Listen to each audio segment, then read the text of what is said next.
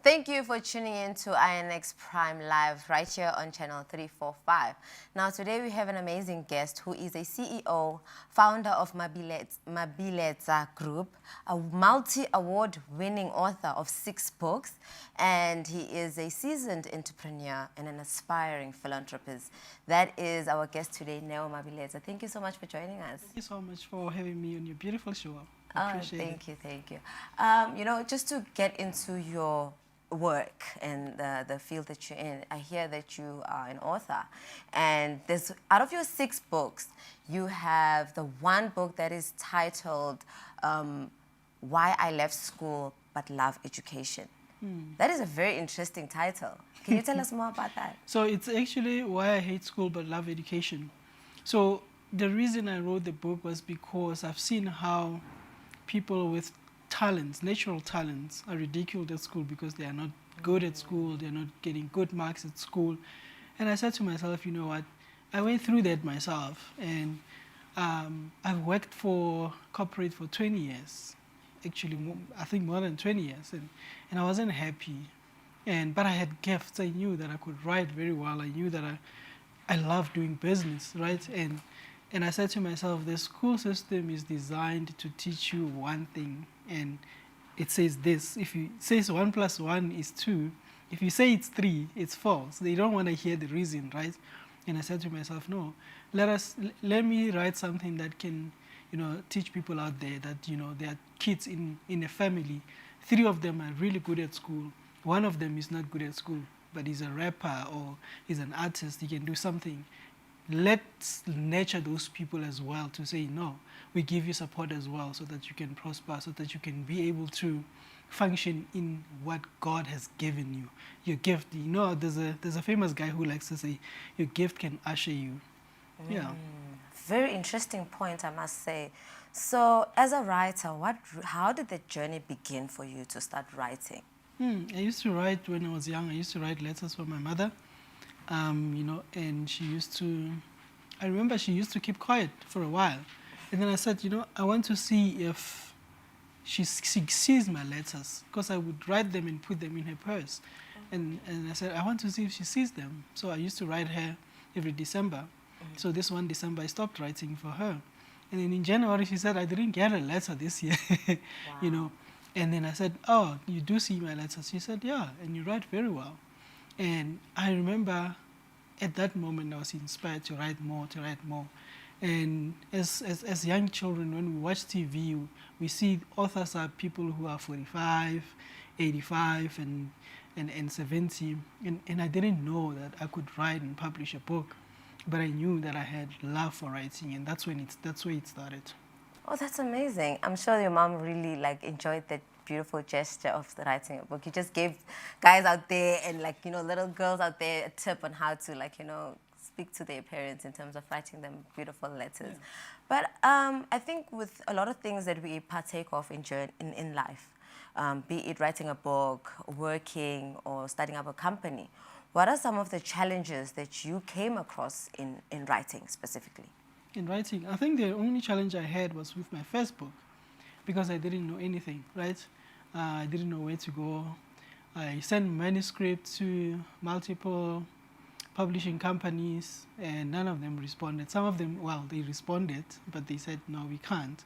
Because in South Africa, it's if nobody knows you, it's a bit difficult to get into big publishing companies, And I said to myself, no, I'm not giving up on this dream. And I searched the internet.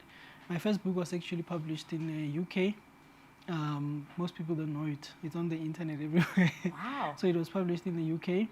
And after that, I did some research and I got to know some people. And then I published my first one here. I published it myself, third one, and so on. Yeah. So now that earlier on you mentioned that, school tend to sort of ridicule kids who are not literate in the sense that they are your mathematicians, your accountants, but rather artistics, maybe your carpentry kind of individuals. For you, writing, was that a healing process, or reading is more of a healing process? So I used to read a lot when I was a kid. I enjoyed reading. I would read a book and finish it in a day. you know. But I've turned out as an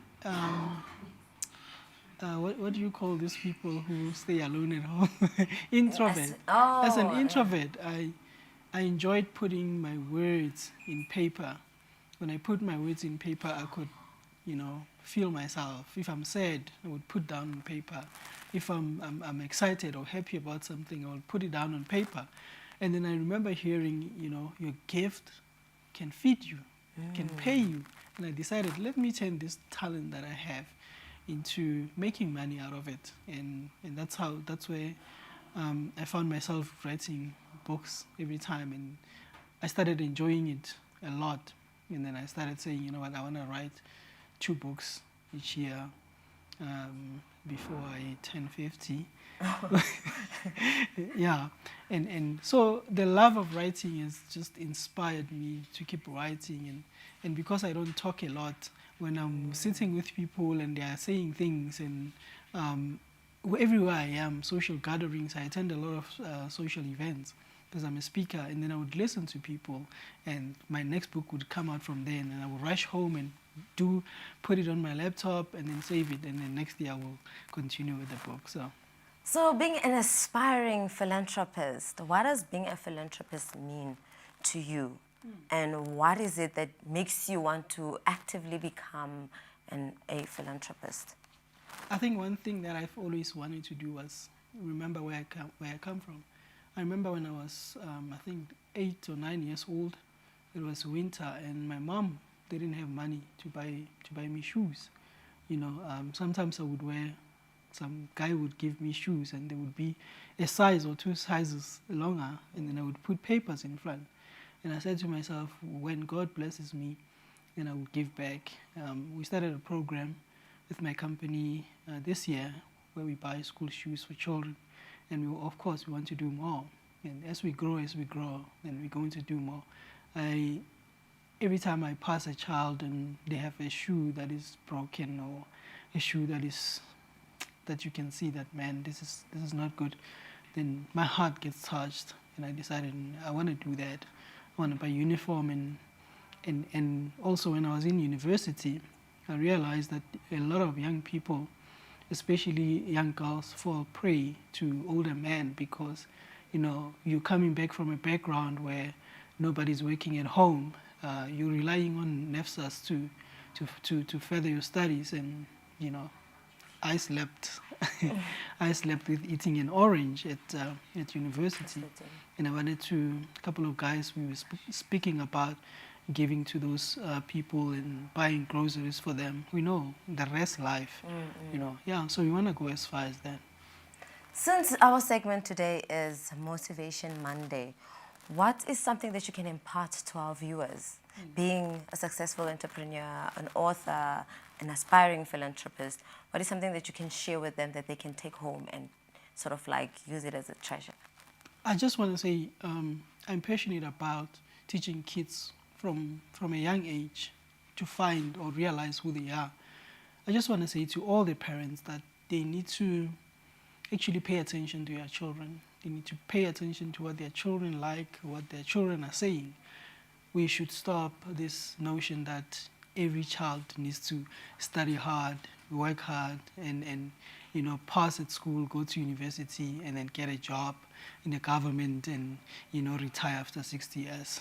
The children have so much patience, and if you look at them, if you observe them, and you train them, and you make them aware of, how to grow their talents, we can have young people who are special, who are doing massive things out there, who are, changing lives also. It's about changing lives. It's not just about existing. It's about changing lives and making sure that the next person knows. And for me personally, it's about helping the next person to reach their talent and inspire them and to know who they are. Once you live your gift, then you know who you are. Wow. There are many people out there who are tied to the desk, and it's painful. They're taking medication for everything. Yeah. They don't understand. So yeah, thank you. Yo, thank you so much for joining us now. We just ran out of time. But I have to say that with viewers, so far what I've picked up is You've said a mouthful of good words. Thank you so much for joining us. Appreciate you. On that note, if you heard from Newo, one is when God blesses you, give back. Two is parents, pay attention to your children. And on that note, we'll be back with more content, but for now, we'll take a break.